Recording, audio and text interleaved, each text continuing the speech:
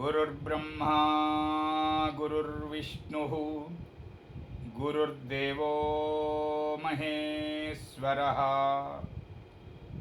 गुरुः साक्षात् परं ब्रह्मा तस्मै श्री गुरवे नमः। मूर्तित्वे परिकल्पितस्य सिभृतो वर्त्मा पुनर्जन्मनाम् आत्मेत्यात्मविदां क्रतुश्च यजतां भक्तामरज्योतिषां लोकानां प्रलयोद्भवस्थितिविभुश्चानेकथाय श्रुतौ वाचं नः सददात्वनेककिरणः त्रैलोक्यदीपो रविः यकिरालकुलाम्बोधिविधुमानन्दरूपिणम् अनन्तार्यतनूजातं कृष्णं वन्दे जगद्गुरुं श्रीकृष्णमाचार्यमनन्तपुत्रं सत्साधुमित्रं करुणार्द्रनेत्रं गुरुं गुरूणां पितरं पितॄणाम् अनन्यशेषशरणं प्रपद्ये अनन्यशेषशरणं प्रपद्ये अनन्यशेषशरणं प्रपद्ये। श्रीकृष्णार्यशिष्यराजं ज्योतिश्शास्त्रप्रबोधकं श्रीपथमार्गमार्ताण्डं लक्ष्मणार्यमहं भजे। అందరికీ నమస్కారం. విశ్వావసునామ సంవత్సర రథసప్తమి పర్వ సమయం అందరికీ శుభాకాంక్షలు. పండగలన్నీ కూడా అందరికీ చాలా ముఖ్యంగా భారతీయులందరికీ చాలా ముఖ్యమైనటువంటి మార్పులను తీసుకువచ్చి ప్రాకృతికమైనటువంటి చక్కని దర్శన జ్ఞానాన్ని ప్రసాదించేటువంటివిగా ఋషులైనటువంటి మహానుభావులు మనకి ఏర్పాటు చేయడం జరిగింది. ప్రతి పండగ వెనకాల ఒక ఆధ్యాత్మికమైనటువంటి కోణము, వేద సంప్రదాయం ప్రతిష్ట చేయబడడం, పునఃప్రతిష్ఠితం చేయబడడం అనేటువంటిది జరుగుతూ ఉంటే ప్రతి పండగ వెనకాల ఖచ్చితంగా ఒక యాస్ట్రలాజికల్ డైమెన్షన్ అనేటువంటిది ఉండి తీరింది. ఇందుకేం సందేహం లేదు. సంక్రాంతి, కనుమ, ముక్కనుమ అనేటువంటివి భోగితో కలిపి 4 రోజులు. ఎంచేత ఈ 4 రోజుల పండగ వరుసగా వచ్చింది కాబట్టి దీన్ని పెద్ద పండగ అన్నాం.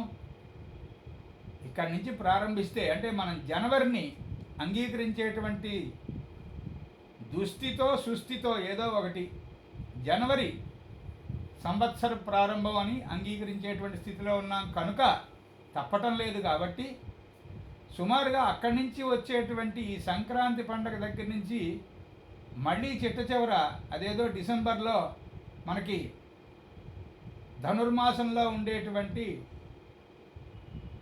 నెలగంటు మొదలైనటువంటి నెల గంట, ఆలయంలో గంట కట్టేవారు. ఎంచేత ఎందుకు కట్టారు ఆ గంట, ఏం చెప్తుంది, తెల్లవారుజామున ఎందుకు లేవాలి, పాసురాలు ఎందుకు పాడాలి, ఇలా ఇక్కడి నుంచి అక్కడి వరకు ఉన్నటువంటి సంవత్సర ప్రయాణం ఏదైతే ఉందో ఆ మొత్తానికి యాస్ట్రలాజికల్ డైమెన్షన్ అనేటువంటిది ప్రత్యేకంగా ఉండి తీరుతుంది. అందులో సందేహపడక్కర్లేదు. అలా ఎస్ట్రాలజీని కనుక మనం ప్రాక్టీస్ చేసుకోగలిగితే సరైనటువంటి జీవిత పంథ అనేటువంటిది ఏర్పడుతుంది. అప్పుడు ప్రతి వాళ్ళు ఎవరికి వారే స్వయం సమృద్ధమైనటువంటి మార్గంలో వ్యక్తిగత క్రమశిక్షణ అన్నారు చూసారా మాస్టర్ గారు, పర్సనల్ డిసిప్లిన్ అన్నారు. అలాంటి వ్యక్తిగతమైనటువంటి విధానం ఒకటి ఏర్పాటు చేసుకొని చాలా వికాసవంతమైనటువంటి ప్రభావము కలిగినటువంటి శుభకరమైన జీవితాన్ని గడుపుతూ ముందుకు వెళ్తారు. అసలు అందుకోసమే ఎస్ట్రాలజీ ఇవ్వబడింది. ఎస్ట్రాలజీలో ఈ పర్వ సమయాలకు సంబంధించి ఇవాళ ఉన్నటువంటి రథసప్తమి, ఆ రథానికి ఉన్నటువంటి వివరం ఏమిటి, ఎవరిది ఆ రథం, అందులో రథసారథి ఎవరు, అనూరులను పేరెందుకు వచ్చింది, 7 గుర్రాలు ఎందుకున్నాయి, ఇలా ప్రతిదీ కూడా తార్కికమైనటువంటి జవాబుతో కూడి ఉంది, వేగ్గా లేదు ఎక్కడ. ఇలాంటి వివరాలన్నీ కూడా మనకి సరైనటువంటి దారిలో మన మాస్టర్ ఎంఆర్ఎల్ రావు గారు, వారి గురువు గారు అంటే మనకి పరమ గురువు గారు ఎక్కిరాల కృష్ణమాచార్యులు వారు చాలా తావులలో, చాలా సందర్భాలలో, చాలాసార్లు చెప్పి చెప్పి చెప్పి చెప్పి మనల్ని బహుదా శతదా ఆశీర్వదించారు. మనం కూడా ఒక్కొక్కటి గుర్తు చేసుకుని నెమ్మదిగా ముందుకు వెళ్ళే తరుణంలో ఇప్పుడు మన తరగతికి సంబంధించినటువంటి ఇంద్రుని చరిత్ర అంటే నెప్ట్యూన్. ఇక్కడ ఇంద్రుడు అంటే మనకి స్వర్గాధిపతి అయినటువంటి ఇంద్రుడు కాదండి, అది గుర్తుపెట్టుకోవాలి. ఆ ఇంద్రుడు వేరు. మన ఇంద్రుడు నెప్ట్యూన్ అనేటువంటి గ్రహదేవత. ఈ ఇంద్రుడు నవమంలో ఉంటే ఏ విధమైనటువంటి లక్షణాలు కలిగి ఉంటాడు. నిజానికి ఇప్పుడు మనం చెప్పుకున్నదంతా కూడా మనం ఇర్రిలివెంట్ స్పీచ్ అని అనుకుంటాం. ఎస్ట్రాలజీ చెప్పరంటే పండగల గురించి చెప్తాడేమిటినా అని అనిపిస్తుంది. ఇది నవమ భావానికి సంబంధించినటువంటి అంశం. మనం ఇప్పుడు చెప్పుకున్నదంతా అంటే పూర్వపుణ్యము, భాగ్యము, పుణ్యకథలు ఇచ్చినటువంటి పెద్దల చరిత్రలు, తపస్సు, ఈ జన్మలో మనకి కలిసి వచ్చేటువంటి కాలమును, కలిసి వచ్చేటువంటి మనుషులను, కలిసి వచ్చేటువంటి అంశములను తెలియచేసేటువంటి కోణ స్థితి. అంటే ఇక్కడ ట్రైన్ ఆస్పెక్టు, స్క్వేర్ ఆస్పెక్టు అని 2 నేర్చుకున్నాం మనం. అంటే కేంద్రములు, కోణములు అని 2 భావముల యొక్క తేడాలు తెలుసుకున్నాం. 1, 4, 7, 10 లగ్న, చతుర్థ, సప్తమ, దశమములు కేంద్రములు లేక కంటకములు. కంటకము అంటే సంస్కృతంలో ముళ్ళు అని అర్థం. అలా కోణములు 1, 5, 9 లగ్న, పంచమ, నవమములు. ఇలా ఇందులో ఈ కోణాలు మూడింటిలోనూ బాగా బలమైనటువంటిది నవమమే. అంచేత ఉదాహరణకి లగ్నాధిపతి నవమంలో ఉన్నాడు అనుకోండి, ఎవరికైనా చాలా బాగుంటుంది జీవితం. అంటే ఎంత అనారోగ్యం ఉన్నా, ఎంత పేదరికం ఉన్నా, ఎంత ప్రమోషన్లు లేకపోయినా, ఎంత ఉద్యోగంలోనూ వ్యాపారంలోనూ మిగతా వారి చేత అణగదొక్కబడినా ఆ జీవితం హాయిగా వెళుతూ ఉంటుంది. ఎందుకంటే లగ్నాధిపతి భాగ్యస్థానంలో ఉన్నాడు కనుక. అది 9వ ఇంటికి సంబంధించినటువంటి కారకత్వ విశేషము. ఇక ఇంద్రుడు కనుక అక్కడ ఉంటే చెప్పుకున్నాం కదా, పూర్వపుణ్యము, ఆధ్యాత్మికత, తపస్సు అనేటువంటి లక్షణాలు కలిగి ఉన్నటువంటిది 9వ ఇల్లు అని చెప్పాం కదా. ఇక్కడ ఇంకొక మాట చెప్పుకుని అప్పుడు ఇందులోకి రావాల్సి ఉంటుంది మనం ఈ ఎస్ట్రాలజీలో. ఆధ్యాత్మికమైనటువంటి జీవితము, స్పిరిచువల్ లైఫ్ అనేటువంటి పదం ఏదైతే, థియోసాఫికల్ లైఫ్ కొంచెం వేరుగా ఉంటుంది. స్పిరిచువాలిటీ, థియోసఫీ అనేటువంటివి 2 పక్కపక్కనే ఒకే అర్థంలో ఉన్నటువంటి అంశాలుగా అనిపిస్తాయి. కాదు, కొంచెం జాగ్రత్తగా ఆలోచిస్తే ఒక్క పిసరు మనం గురువుగారి మార్గంలో ఆలోచించి ముందుకెళ్తే కనుక స్పిరిచువలిజం అనేటువంటి దాంట్లో కాస్త ముందుకి వెనక్కి ఏదో పర్సనల్ రూల్స్ అండ్ రెగ్యులేషన్స్ అన్నట్టుగా ఉంటూ ఉంటాయి. థియోసఫీలో అస్సలు చోటే ఉండదు దానికి. థియోసఫీ అనేటువంటిది డెఫినెట్గా, అందుకే థియోసాఫికల్ సొసైటీ అంటే ఏమిటి పేరు పెట్టారు తెలుగులో, తెలుగు శాత ఏమిటి థియోసాఫికల్ సొసైటీకి? దివ్య జ్ఞాన సమాజము, జ్ఞానం అంటేనే బరువైన పదం దివ్య జ్ఞానము అన్నారు ఏకంగా. అంచేత ఈ థియోసఫీ అనేటువంటిది ఇంకొక మెట్టు పైకి ఉంటుంది. అంటే సర్వమానవ సౌభ్రాతృత్వము ఎలాంగ్ విత్ భక్తి సంప్రదాయము అన్నీను, అది థియోసఫీ. నెమ్మదిగా దాన్ని ఎప్పుడైనా ఇంకోసారి మనం ఎక్స్ప్లెయిన్ చేసుకుందాం. ఆ థియోసాఫికల్ లైఫ్లో ఈ స్పిరిచువాలిటీని ప్రాక్టీస్ చేసేటువంటి బృందం ఏదైతే ఉంటుందో అక్కడ ఉంటారో వాళ్ళు పాపం వాళ్ళ సొంతానికి ఏం ఉండదు, వాళ్ళ సొంతం గురించిన ఆలోచనే ఉండదు. అంతటి చక్కనైనటువంటి యోగ స్థితిలో జీవిస్తూ ఉంటారు వాళ్ళు. అలా ఉన్నటువంటి వాళ్ళు ప్రకృతి యొక్క ఉన్నతి కోసం, ప్రకృతి కాదు క్షమించాలి, మానవ జీవి యొక్క ఉన్నతి దానికోసమని వాళ్ళు చక్కగా తపస్సు చేసి ఆ తపస్సు దారబోయడం అనేటువంటిది ఒకటి ప్రత్యేకమైన కార్యక్రమం ఉంటుంది వాళ్ళకి. అయితే కిందటి యుగంలో ఈ తపస్సు, ఈ ఋషుల యొక్క మునుల యొక్క పరంపర, వారి యొక్క కార్యకలాపములు బాహాటముగానే ఉన్నాయి. నైమిసారణ్యము మొదలైనటువంటి అరణ్యాల్లో ఎక్కడ వారికి ఏమైనటువంటి ఇబ్బందులు లేవు, హాయిగా వెళ్ళారు ముందుకి. ఈ యుగానికి వచ్చేటప్పటికి ఏమైందంటే పైథాగరస్ అనేటువంటి మహా ఋషి అనే చెప్పాలి ఆయన్ని. బయటవారి దృష్టిలో పైథాగరస్ అనేటువంటి ఆయన ఏదో పైథాగరస్ స్థిరం ఒక ఏదో 22/7 అనేటువంటిది ప్రూవ్ చేసి ఇచ్చేయడని చెప్పారు. అంటే అంతవరకే ఆయన యొక్క పూర్వాపరము ప్రపంచం ఎరుగును ప్రస్తుతానికి. కానీ పైథాగరస్ అనేటువంటి ఆయన అత్యద్భుతమైనటువంటి థియాసఫిస్టులకి గురువు గారు. ఆయన మార్గంలో ఇలాంటి క్రతువులన్నీ కూడా ఆచరిస్తూ ఉన్నటువంటి వాళ్ళు ఏనాడో సుమారుగా 200-300 సంవత్సరాల క్రితం నుంచి ఉంటే వాళ్ళకి చాలా ముష్కరమైనటువంటి కష్టం ఎదురయ్యి వాళ్ళు చేస్తున్నటువంటి లోక కళ్యాణ యాగాన్ని, ఆనాడు శ్రీరాముని యొక్క ఆ విశ్వామిత్రుడు చేస్తున్న యాగాన్ని ఆ తాటక మారీచ సుబాహులు ఎలాగైతే ధ్వంసం చేయడానికి వస్తే శ్రీరాముడు రక్షించడానికి వెళ్ళాడో, అలా ఇక్కడ పైథాగరన్ స్కూల్ అనేటువంటి ఒకానొక బృందం ఆచరిస్తున్నటువంటి క్రతువులను ధ్వంసం చేసేటువంటి అంశాలు చాలా ఆ రోజుల్లో చాలా ఉదంతాలు, చివరికి మనుషుల్ని హత్య చేసినటువంటి ఉదంతాలు కూడా ఉన్నాయిట. అదే కారణంగా ఈ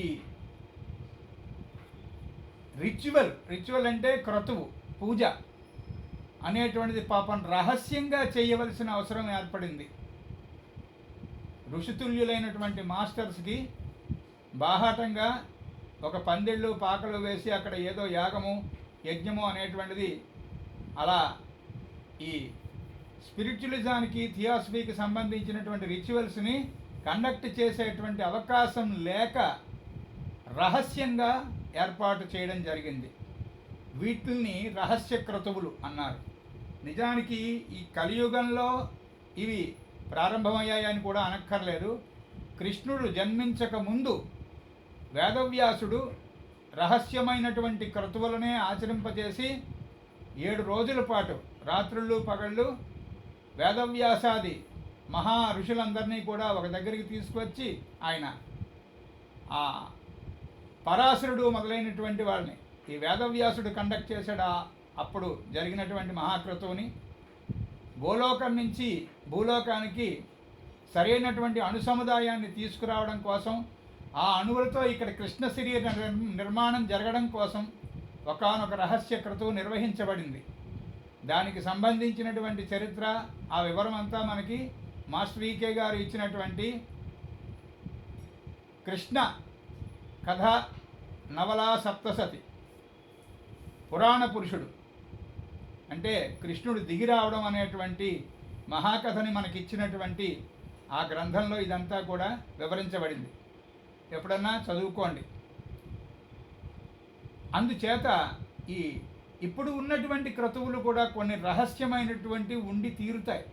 ఉదాహరణకి ఎక్కడో ప్రతిష్టాపన జరుగుతోంది, ఆ ప్రతిష్టాపన కార్యక్రమానికి సంబంధించినటువంటి యాగశాలలోకి మనందరినీ రానివ్వరు. మనం కోప్పడి లాభం లేదు. సెక్యులరిజం అండి, ఇది ప్రజాస్వామ్యం అండి, మేమంతా సమానం అండి, మేమంతా ఒక గుంపు అండి, కుదరదు, రానివ్వరు అంతే. మనం కూడా వారికి ఆ విలువ ఇచ్చి తీరవలసిందే. మేము వేదం చదువుకున్నామండి, మేము అస్ట్రాలజీ చదువుకున్నాం అన్నా కూడా రానివ్వరు. ఎంచేతంటే అక్కడ ఒక దీక్షాక్రమము, ఒక సంకల్పము, ఒక ఆచరణ విధి, ప్రత్యేకమైనటువంటి విధి విధానము, అవన్నీ కూడా రూలు రెగ్యులేషను అనేటువంటిది. అంటే కలెక్టర్ గారు చదివిన పుస్తకాలన్నీ చదివితే కలెక్టర్ గారు సీట్లో కూర్చోవడానికి అర్హత రాదు మనకి. అలాంటిదే ఇక్కడ అర్హత సంపాదించుకోవాలి. ఈ అర్హత సంపాదించుకునే వరకు రహస్యమైనటువంటి క్రతు విధానంలో ఎవరు పాలు పంచుకోవడానికి అవకాశం ఉండదు. ఇప్పుడు మనం మన సబ్జెక్టులోకి వచ్చాం. ఈ 9th హౌస్లో నెప్ట్యూన్ ఉన్నటువంటి వాళ్ళకి ఒక ప్రత్యేకమైన ప్రివిలేజ్ ఏమిటి ఆ జన్మలో అంటే, ప్రపంచంలో నలుమూలలా అక్కడ జరుగుతున్నటువంటి ప్రపంచ శాంతికి సంకల్పించి చేస్తున్నటువంటి రహస్య క్రతు శాఖలలో సభ్యత్వము దానంతట అదే దొరుకుతుంది. వారే పిలిచి జాయిన్ చేసుకుంటారు. అంత చక్కని ఛాన్స్ ఉంటుంది 9th హౌస్లో నెప్ట్యూన్ ఉండడం వల్ల. ఈ వాక్యం రహస్య క్రతువులలో సభ్యత్వము దొరుకును అని ఒక వాక్యం చెప్తే ఎంతమందికి అర్థమవుతుంది, ఎలా అర్థమవుతుంది? క్రతువు రహస్యం ఎందుకయింది అని ఒక ప్రశ్న వస్తుంది. రహస్య క్రతువులు ఎవరెవరు చేస్తున్నారు, ఎక్కడ చేస్తున్నారు? ఎందుకంటే రహస్యం అనగానే ప్రకాశం కావాలని కదా మనకి కొంచెం ఇచ్చింగ్ అది ఉంటుంది కదా. అందుకోసం ఇంతసేపు వివరంగా చెప్పబడింది, మరోలా అనుకోకండి. వీళ్ళు 9th నెప్ట్యూన్ ఉన్నటువంటి వాళ్ళు జన్మతః ఎవరు ప్రత్యేకంగా వాళ్ళని పిలిచి ఏమీ ఉపదేశం చేయక్కర్లేదు. వాళ్ళే ఒక మంత్రం చేసుకోవడము, ఒక ప్రత్యేకమైనటువంటి ఆహార విధానాన్ని, ఒక ప్రత్యేకమైనటువంటి విహారము వ్యవహారము అనేటువంటివి ఆల్మోస్ట్ ఊహ తెలుస్తున్న 10-12 ఏళ్ల వయసు నుంచే ప్రారంభం అయిపోతుంది. ఎవరూ పిలిచి చెప్పక్కర్లేదు వాళ్ళకి. అన్లెస్ ఈ 9thలో ఉన్నటువంటి నెప్ట్యూన్ ఏ మార్స్తోనో లేకపోతే శాటర్న్తోనో గట్టి అవయోగం పొంది చెడిపోకపోతే. చెప్పుకున్నాం మనం, ప్రతిసారి చెప్పుకుంటున్నాం, ప్రతిసారి చెప్పుకుంటాం కూడా. కొన్ని సూత్రాలు సభవారు విసుక్కున్నా నేనేం చేయలేను. ఇది జ్యోతిష అధ్యయనానికి మార్గం. ఇది అలా చెప్పుకుంటూనే ఉండాలి. కొన్ని సూత్రాలు చరివిత చరణం అన్నట్టుగా. భావశీలాధ్యాయంలో ప్రధానమైనటువంటి సూత్రం ఏమిటి? ఏ భావంలో ఏ గ్రహం ఉన్నా దాని మంచి లక్షణాలను అది ఎమిట్ చేస్తూ మిగతా గ్రహాలతో చెడిపోకుండా ఉంటేను అనేటువంటి సబ్ క్లాస్ని చాలా బలంగా కలిగి ఉంటుంది. అది ఎప్పుడూ మిస్ అయిపోకూడదు. ఓకే, ఈ తర్వాత ఇలాంటి పరిస్థితుల్లో వీళ్ళే చిన్నప్పటి నుంచి ఏదన్నా కాస్త గుంభనము గోప్యత అనేటువంటివి వాళ్ళకి వాళ్ళే ఏర్పాటు చేసుకుని ఒక పూజ, ఒక మంత్రము, ఒక పునస్కారము ఇలా వెళుతూ ఉంటారు. ముఖ్యంగా కొన్ని మత సంకేతములు అనుకోండి, శాస్త్ర సంకేతములు అనుకోండి. ఇందాక మనం చెప్పుకున్నాం సైన్స్ ఆఫ్ సింబాలిజం అని.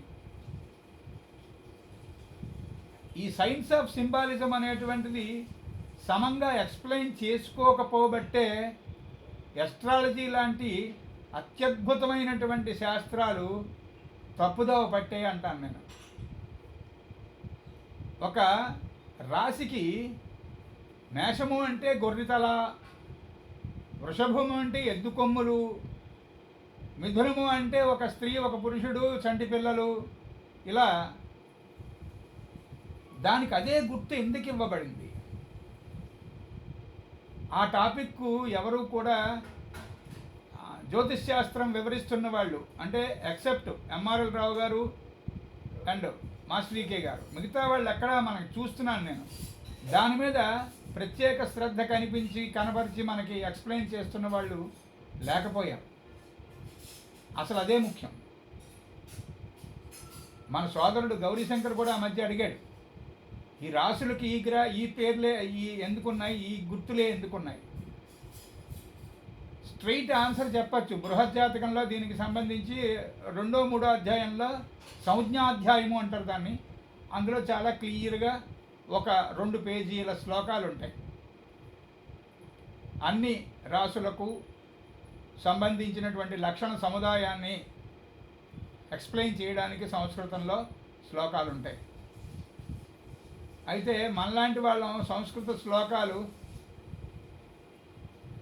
క్రూర సౌమ్యే పురుషవనితే తేచరాగద్విదేహ అంటే ఎంతమంది, అది ఈకే గారు చెప్పారు, నేను విన్నాను కాబట్టి నాకు గుర్తుంది కాబట్టి నేను టకటకా చెప్పాను. కానీ లేకపోతే కష్టం. పూర్వార్ధా అన్నాడు దగ్గర, అది కూడా ఆయనే ఎక్స్ప్లెయిన్ చేశాడు. పూర్వార్ధ అంటే ముందు జరిగింది, ముందు సకమునని. ఉత్తరార్ధం అంటే జరగబోతున్నది, యువతల పక్కది. Thing coming which is coming. అలా అలా బాహ్యార్థం కాకుండా అంతరార్థం తెలియాలి అంటే బాహ్యార్థం తెలియడమే కష్టం మనకి సంస్కృతానికి. క్రూర సౌమ్యే, క్రూర రాసులు సౌమ్య రాసులు. పురుషవనితే, పురుషరాశులు స్త్రీ రాశులు. క్రూర రాశులన్నీ పురుషరాశులు, సౌమ్య రాశులన్నీ స్త్రీ రాశులు. తే చరాగద్విదేహ, తే అవి.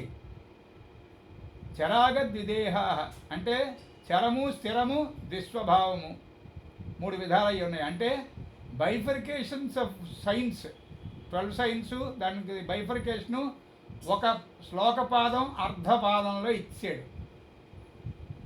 అలా ఇదే బృహజ్జాతకంలో మనకి చాలా చక్కగా రాసుల యొక్క లక్షణములు, గ్రహముల యొక్క లక్షణములు, సైన్స్ ఆఫ్ సింబాలిజం చాలా క్లియర్గా ఇవ్వబడింది. కానీ మనకి సంస్కృతం పూర్తిగా రాకపోవడం వల్ల మనం కష్టం, వాటిని చదివేసుకుని మనం అర్థం చేసుకోవడం అవుతుంది. కనుక ఖచ్చితంగా మనకి గురువు తప్పని పరిస్థితి. నిజంగా సంస్కృతం వచ్చిన వాడికి కూడా, యూనివర్సిటీలో సంస్కృతంలో గోల్డ్ మెడల్ తీసుకున్న వాళ్ళకి కూడా ఎస్ట్రలాజికల్ సాంస్క్రిట్ వర్డ్, ఈ సంస్కృత పదానికి యాస్ట్రలాజికల్గా ఏమిటి డైమెన్షన్? నిన్న ఒక సోదరుడు అడిగాడు, భారతంలో షష్ఠే కాలే అంటే ఏమిటి అర్థం అని నాకు మెసేజ్ పెట్టాడు. చెప్పుకోవాలి ఎప్పుడో. షష్ఠే కాలే అంటే 6వ కాలం అని, 6వ టైము, ఆరవది అని. ఏమిటి అర్థం? చాలా అర్థవంతమైంది. అంచేత astrological dimension for every figure and word. ఆ బొమ్మకి ఆ వర్డ్కి ప్రత్యేకమైనటువంటి జ్యోతిషపరమైనటువంటి అర్థాన్ని తెలుసుకుంటే తప్ప శాస్త్రం సరైనటువంటి అవగాహనకి రాదు మనకి. అలా వీళ్ళకి ఈ 9th నెప్ట్యూన్ వాళ్ళకి ఆ విద్య పుట్టుకతో ఉంటుందిట.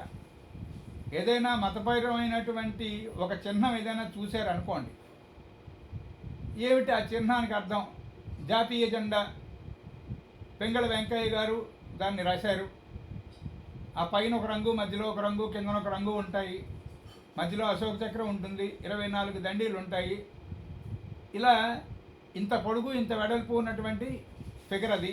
దీనికి రూల్స్ ఇవి అన్నప్పుడు సుమారు 10-12 ఏళ్ల వయసులోనే ఈ 9th నెప్ట్యూన్ వాళ్ళు, ఇదిగో ఇది ఫలానా లక్షణానికి, శాంతికి చిహ్నం, ఈ రంగు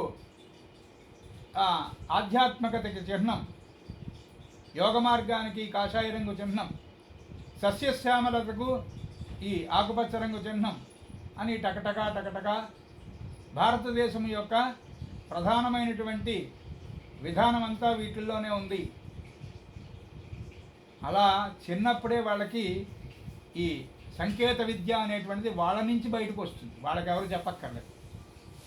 ఆ నెప్ట్యూన్ చెడిపోకుండా ఉంటే, మరొకసారి గుర్తు చేస్తున్నాను సభవారికి, అలా చెప్పుకున్నాం కదా 9th నెప్ట్యూన్ బాగుంటుంది అని, చాలా చక్కగా ఉంటుంది. అదే 9th నెప్ట్యూన్ ఉండి మూన్తోనూ, ముఖ్యంగా యురేనస్తోనూ ఈ సెక్స్టైల్, మూన్తో కానీ యురేనస్తో కానీ చాలు, రెండిట్లతోనూ ఇటుపక్క అటుపక్క కూడా 2 సెక్స్టైల్స్ ఉన్నాయి అనుకోండి, ఇక చెప్పక్కర్లేదు. వాళ్ళు ఎలా ఉంటారు? మహానుభావుడైనటువంటి మహర్షి దాదాజీ గారిలాగా ఒకే సమయంలో 6గురికో 7గురికో 8గురికో కనిపించారు సశరీరంగా. అంటే మనకి తరగతిలో చెప్పుకోవడానికి, సమాజంలో బయట ఓపెన్గా మాట్లాడుకోవడానికి ఇది హాస్యాస్పదంగా ఉంటుంది. ఎంచేత ఇది హాస్యాస్పదం అంటే ఒక మనిషికి ఒక దూరం దాటితే కనిపించట్లేదు. చర్మచక్షువులకి ఒక లిమిటేషన్ ఉన్నది. ఎంత గొప్ప సైంటిస్ట్ అయినా ఆ లిమిటేషన్ దాటి కనపడదు. అలా కనపడదు కనుకనే ఆకాశం నీలంగా కనపడుతోంది అని చెప్పాడు గౌతముడు. ఆకాశంలో నీలంగా ఏముంది కనిపించడానికి? ఆ బ్లూ రే ఎఫెక్ట్ అనేటువంటిది నీ కంట్లో ఉన్న జబ్బు. సూర్యుడు గుండ్రంగా ఎక్కడున్నాడు? సూర్యుడు గుండ్రంగా ఏం లేడు. ప్రత్యేకంగా ఏముంది అక్కడ? అక్కడికి వెళ్ళి చూస్తేనో అన్నారు. వెళ్ళడమే కానీ చూడడానికి ఏమి ఉండదండి, నువ్వు ఆయన ఒకటే అవుతారండి అన్నారు. అంచేత చర్మచక్షువులకు ఉండేటువంటి వెరీ లిమిటెడ్ ఫోర్స్ వల్ల మనిషికి జంతువు మనిషికి జంతువే సమంగా కనిపించినప్పుడు దివ్యమైనటువంటి శక్తికి సంబంధించినటువంటి దృష్టి ఆఫ్టర్ ఆల్ మామూలు మానవుడికి ఏమర్థమగుగాక? వినయంతో అలా అన్వేషిస్తే ఏమో 10 ఏళ్ళు 12 ఏళ్ళు అన్వేషించిన వాడి వినయం తాలూకా స్కేల్ ఎంత ఉందో అంత పాటి నీళ్లు అందుతాయి వాడికి.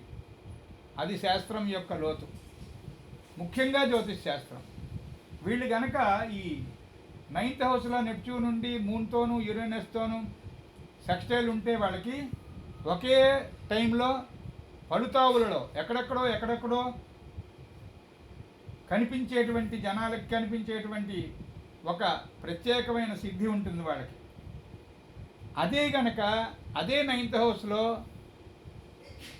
నెప్ట్యూన్ నుండి ముఖ్యంగా యురేనస్తో కానీ శాటర్న్తో కానీ మార్స్తో కానీ అవయోగం పొందాడు అనుకోండి, చెడిపోయినాడు అనుకోండి, అప్పుడు ఎలా ఉంటారు? చెట్టు పేరు చెప్పి కాయలు అమ్ముకునే వాళ్ళు ఉంటారు చూసారా, ఆషాఢభూతి అంటారు. సేమ్ వాసుదేవుడు మనకి భగవంతుడు, పౌండరీక వాసుదేవుడు డూప్లికేట్ సత్తద్రూపాయి. కింద పడేస్తే మామూలు ₹1 అయితే టంగమని సౌండ్ వస్తుంది, ₹1 కింద పడేస్తే పడేసామో లేదో తెలియదు, నో సౌండ్. అలాగా వాసుదేవుడికి పౌండరీక వాసుదేవుడికి ఎంత తేడావో ఇందాక మనం చెప్పుకున్న 9th నెప్ట్యూన్ వాళ్ళకి, ఈ చెడిపోయిన 9th నెప్ట్యూన్ వాళ్ళకి అంత తేడా. వీళ్ళు మతం పేరు చెప్పి డబ్బులు దండుకోవడానికి, క్షమిస్తానంటే సభ వాళ్ళు మతాలు మార్చడానికి, మీరు మా దగ్గరికి రండి మా మతం ఇస్తామనడానికి, దానికి పనికొస్తారు. అక్కడ వరకు ఉంటుంది వాళ్ళ వికాసం. అది ఇంకా మార్స్తో బాగా చెడిపోయి, శాటర్న్తో కూడా బాగా చెడిపోయి, మెర్క్యూరీతో ముఖ్యంగా బాగా చెడిపోతే మాయ. మెర్క్యూరీ అనగానే తెలివితేటలు గుర్తుపెట్టుకోండి, మాయ అని గుర్తుపెట్టుకోండి. మెర్క్యూరీ బాగుంటే పాజిటివ్ సైడు మంచి తెలివితేటలు కలిగి ఉంటాడు ఆ జాతకురాలు. మెర్క్యూరీ చెడిపోతే మోసము మాయా అనేటువంటివి అబ్బుతాయి. అలా ప్రతి గ్రహానికి positive side of the planet and negative side of the planet రెండు కంటతా ఉండాలి. మొత్తం 2 2 4 2 3 6 2 4 8 అన్నట్టు ఎక్కం కంటతా ఉన్నట్టుగా లోపల జీర్ణం అయిపోవాలి. గ్రహ లక్షణము, రాశి లక్షణము, భావ లక్షణము, గ్రహరాశి లక్షణము, గ్రహభావ లక్షణము, యోగ లక్షణము, ఈ 6 రకాలైనటువంటి లక్షణ సముదాయం మనకి పూర్తిగా వెనక్కి అది అని అంటే ఎవరో అందించాల్సినటువంటి ప్రాంప్టింగ్ అవసరం ఉండేటువంటి స్థితి లేకుండా ప్రాక్టీస్ ఉండాలి. గుర్తుపెట్టుకోండి, చాలా ఇంపార్టెంట్ అది అస్ట్రాలజీలో. అలా ఉండాలి. అలా మన యాటిట్యూడ్ అలా తర్ఫీదు పొందాలి అంటే పర్సనల్ డిసిప్లిన్ అవసరం. మనకి పర్సనల్ డిసిప్లిన్ అవసరము అంటే ఎవరేమనుకున్నా ఏం చేసినా ఎంత నష్టమైనా ఓర్చి మనం ఒక మార్గం పెట్టుకుని ఆ మార్గంలో వెళ్ళగలగడం అనేటువంటి కరేజ్ ఆఫ్ కన్విక్షన్ అన్నారు ఈకే గారు. నాకు కూడా పూర్తిగా దాని అర్థం తెలియదు, కానీ అంతకన్నా పెద్ద పదం ఇంగ్లీష్లో ఉన్నట్టుగా నాకు అనిపించదు. ఆ కరేజ్ ఆఫ్ కన్విక్షన్ కావాలి. అప్పుడు సరైనటువంటి దారి, సరైనటువంటి అవగాహన, అప్పుడు సరైన ఆచరణ, దానివల్ల చక్కనైనటువంటి వెలుగు, వికాసము మన నుంచి 10 మందికి ఆ వెలుగు ప్రసరింపబడుట. ఒకటి టక వెళుతూ ఉంటాయి. అలా వీళ్ళు ఈ చెడిపోయిన నెప్ట్యూన్ వాళ్ళు కపట సన్యాసుల్లాగా ఉంటారన్నాడు.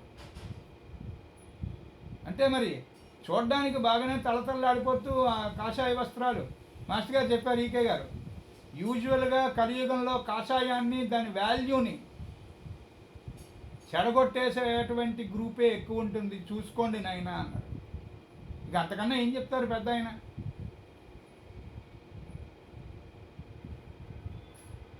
సన్యాసము అంటే ఏం చెప్పారు శాస్త్రంలో, ఏం చెప్పబడింది? అనగ్నిరనికేతనం. అగ్ని లేదు, నికేతనం లేదు వాళ్ళకి. అది సన్యాసము అంటే. ఇది నేను చెప్పిన మాట కాదు, ధర్మశాస్త్రం చెప్తున్నది.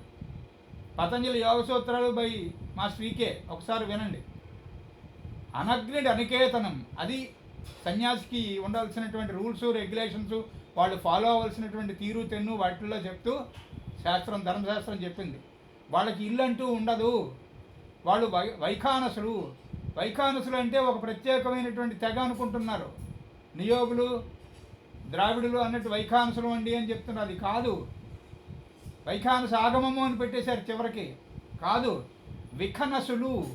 అది కూడా అర్థం ఈకే గారు చెప్పారు. కా అంటే ఏమిటి? ఆకాశం. వాళ్ళు ఆకాశం కింద ఉంటారు అంతే, వాళ్ళు అక్కడే జీవిస్తారు. కానీ వాళ్ళు వాళ్ళ కోసం వచ్చినటువంటి వాళ్ళకి సమస్తమైన ఏర్పాట్లు, చక్కని భవంతులు ఏర్పాటు చేసి వాళ్ళకి వేడి వెచ్చ అన్నీ చూస్తారు, టైంకి చక్కనైనటువంటి భోజనం పెడతారు, సమస్తమైన మర్యాదలు చేస్తారు, విష్ణు స్వరూపం అనుకొని పూజిస్తారు వాళ్ళని. కానీ వాళ్ళు మాత్రం ఆ చెట్టు కిందే, ఆకాశం కిందే ఉంటారు. అలా సన్యాసులు, వాళ్ళకి అగ్నిహోత్రము అవసరం లేదు, నికేతనము అవసరం లేదండి. నికేతనమే అవసరం లేని వాడికి కేతనం ఎందుకు, మళ్ళీ జెండా ఎందుకు అని చెప్పారు ఈకే గారు. ఎవరికి నచ్చితే వాళ్ళు తీసుకోవచ్చు ఈ మార్గం. అంచేత ఈ 9th హౌస్లో నెప్ట్యూన్ ఉండి గనక కాస్త ఈ మిగతా గ్రహాలతో చెడు మార్గం పట్టినట్టయితే, ఇప్పుడు మనం కొంతమంది సన్యాసులను చూస్తున్నాం కదా, పెద్ద మంత్ర పుష్పం కూడా రాదు. కొంతమంది సన్యాసాచార్యుల వాళ్ళకి, పెద్దవాళ్ళకి, ఏమంటే పెద్ద మంత్ర పుష్పం అంటే వాళ్ళు చేయి చూపిస్తున్నారు, మీరు చదువుకోండి అని, ఆ స్థితిలో ఉన్నారు. అలా ఉన్నటువంటి 9th హౌస్లో నెప్ట్యూన్ నుండి అలా చెడిపోతే గనక, మనం ఈ మాస్టర్ గారు ఇచ్చినటువంటి నోట్స్ ప్రకారం చిట్ట చివరి స్టేట్మెంట్ ఏమిటంటే, వాళ్ళు ఎక్కడి నుంచో ఎక్కడికో వెళుతూ దారి మార్గంలో, అంటే దేశం నుంచి దేశానికి ప్రయాణం చేస్తూ ఆ మధ్యలో శరీరం విడిచిపెడతారు. అక్కడ కూడా చాలా ఇబ్బంది అవుతుంది అని చెప్పారు. అంచేత ఈ నెప్ట్యూన్ ఇన్ 9th హౌస్, నిజానికి ఇవాళ రెండు చెబుదాం అనుకున్నాను నేను. 9th house Neptune, 10th house Neptune కూడా చెప్దాం అనుకున్నాను, కానీ తరగతి ఇప్పటికే సరిపోయింది సమయం. అంచేత ఇప్పటికిలా ఈ తరగతిని సరిపుచ్చుకుందాం. వచ్చే తరగతిలో మిగతా భావాల్లో 10, 11, 12లో నెప్ట్యూన్ అప్పుడు చూద్దాం. స్వస్తి ప్రజాభ్య పరిపాలయంతాం న్యాయేన మార్గేణ మహిమహీషాః గోబ్రాహ్మణేభ్యః శుభమస్తు నిత్యం. లోకాः సమస్తాः సుఖినో భవంతు. ఓం శాంతి శాంతి శాంతి.